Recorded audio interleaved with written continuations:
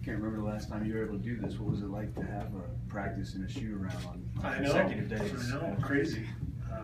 It was good. It was good to be home now the last few days and back on the West Coast time zone, and everybody's been sleeping in their own beds the last couple nights, so no excuses.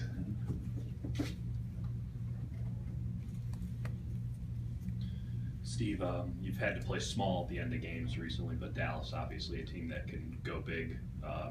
Any challenge in having a couple of games in a row where you were playing at a faster pace and now going against the Mastodons? Mastodons, wow. Is that what we're going against? that makes me more nervous than I was before, playing against Mastodons. Yeah. Every game is a challenge in its own right in this league. Everyone's got talent. We just happened to play 3 games in a row where teams went super small on us, at least 1 through 4. We faced some big guys with Brooke Lopez, and I'm probably forgetting somebody. But yeah, for 3 games in a row, we've had to finish games small. We're good at that, and we're very comfortable doing that. But what it has meant is that I haven't been able to get as many minutes for certain guys, and I'd prefer to play David some more. I'd prefer to play Mo some more. But based on matchups, they've been out of the loop, and so trying to keep them engaged, and hopefully they'll get a better chance to perform tonight and find some rhythm. Coach Scott from MSN TV. On that same kind of note, how important has it been to limit Andrew Bogut's minutes this season? I'm not exactly sure if he needs to be limited that much. I mean, he can play big minutes. It's more just a case of him not having to play big minutes. So maybe over the course of the year, that's a good thing. My guess is come playoff time, he'll probably accumulate more minutes. He's very important for us, but it is nice having the depth that we do because there's several guys who haven't had to play as many minutes as they did last year, and that's overall that's a good thing. Steve, I know when you took the job, you anticipated doing a good job, but you're now in really good shape. Did you? I wasn't sure. No, you're in really good shape going into the stretch run, obviously. With the lead that you have, how comfortable are you talking about locking up the #1 seed and wanting that to be home throughout the Western Conference playoffs? It's not something I've addressed with the team. I still think there's enough games to go where we don't need to focus on the tangible goals. It's more about the daily improvement and getting guys in rhythm and playing a lot of people. And ultimately, yeah, we'd love to have the home court, but I haven't brought it up in a long time. You need to.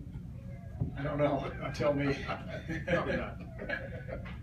On that note, are you paying much attention to Atlanta? Oh gosh, wouldn't that be great to worry about the finals? Like, man, we want home court in the finals. That would be awesome. I don't feel comfortable enough yet facing what we're going to face. The gauntlet that is the Western Conference playoffs. We're not going to worry too much about what's happening in the East. I know that.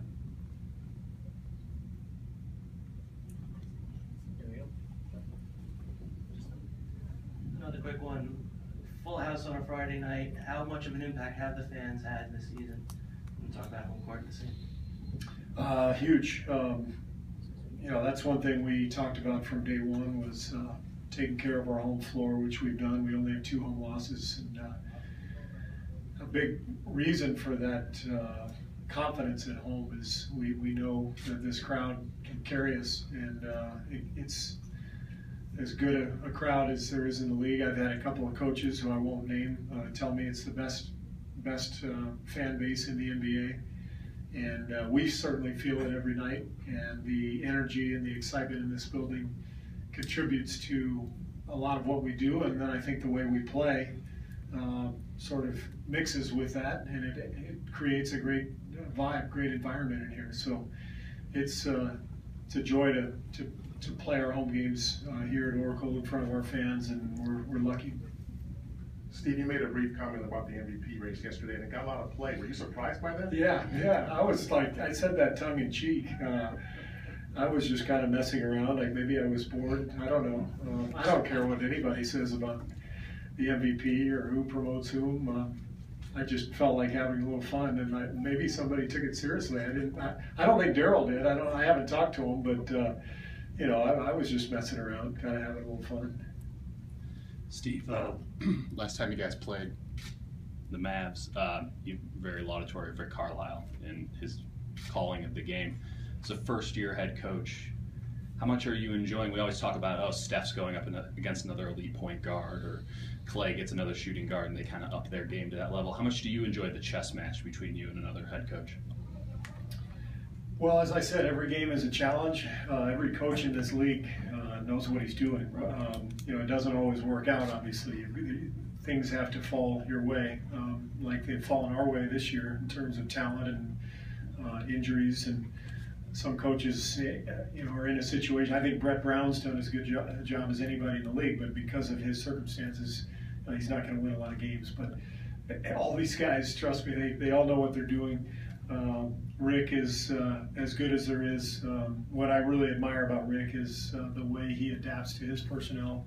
They got Rondo, and they started running a lot of different things and post-up stuff for him. And Rick has always been very creative with his offense. And I think he's one of the guys over the last 5-6 years who has helped kind of push the league forward into this era of ball movement and spacing and pace. And Dallas has been a beautiful team to watch for a long time. And a lot of that is Dirk, and a lot of that is Rick Carlisle as well.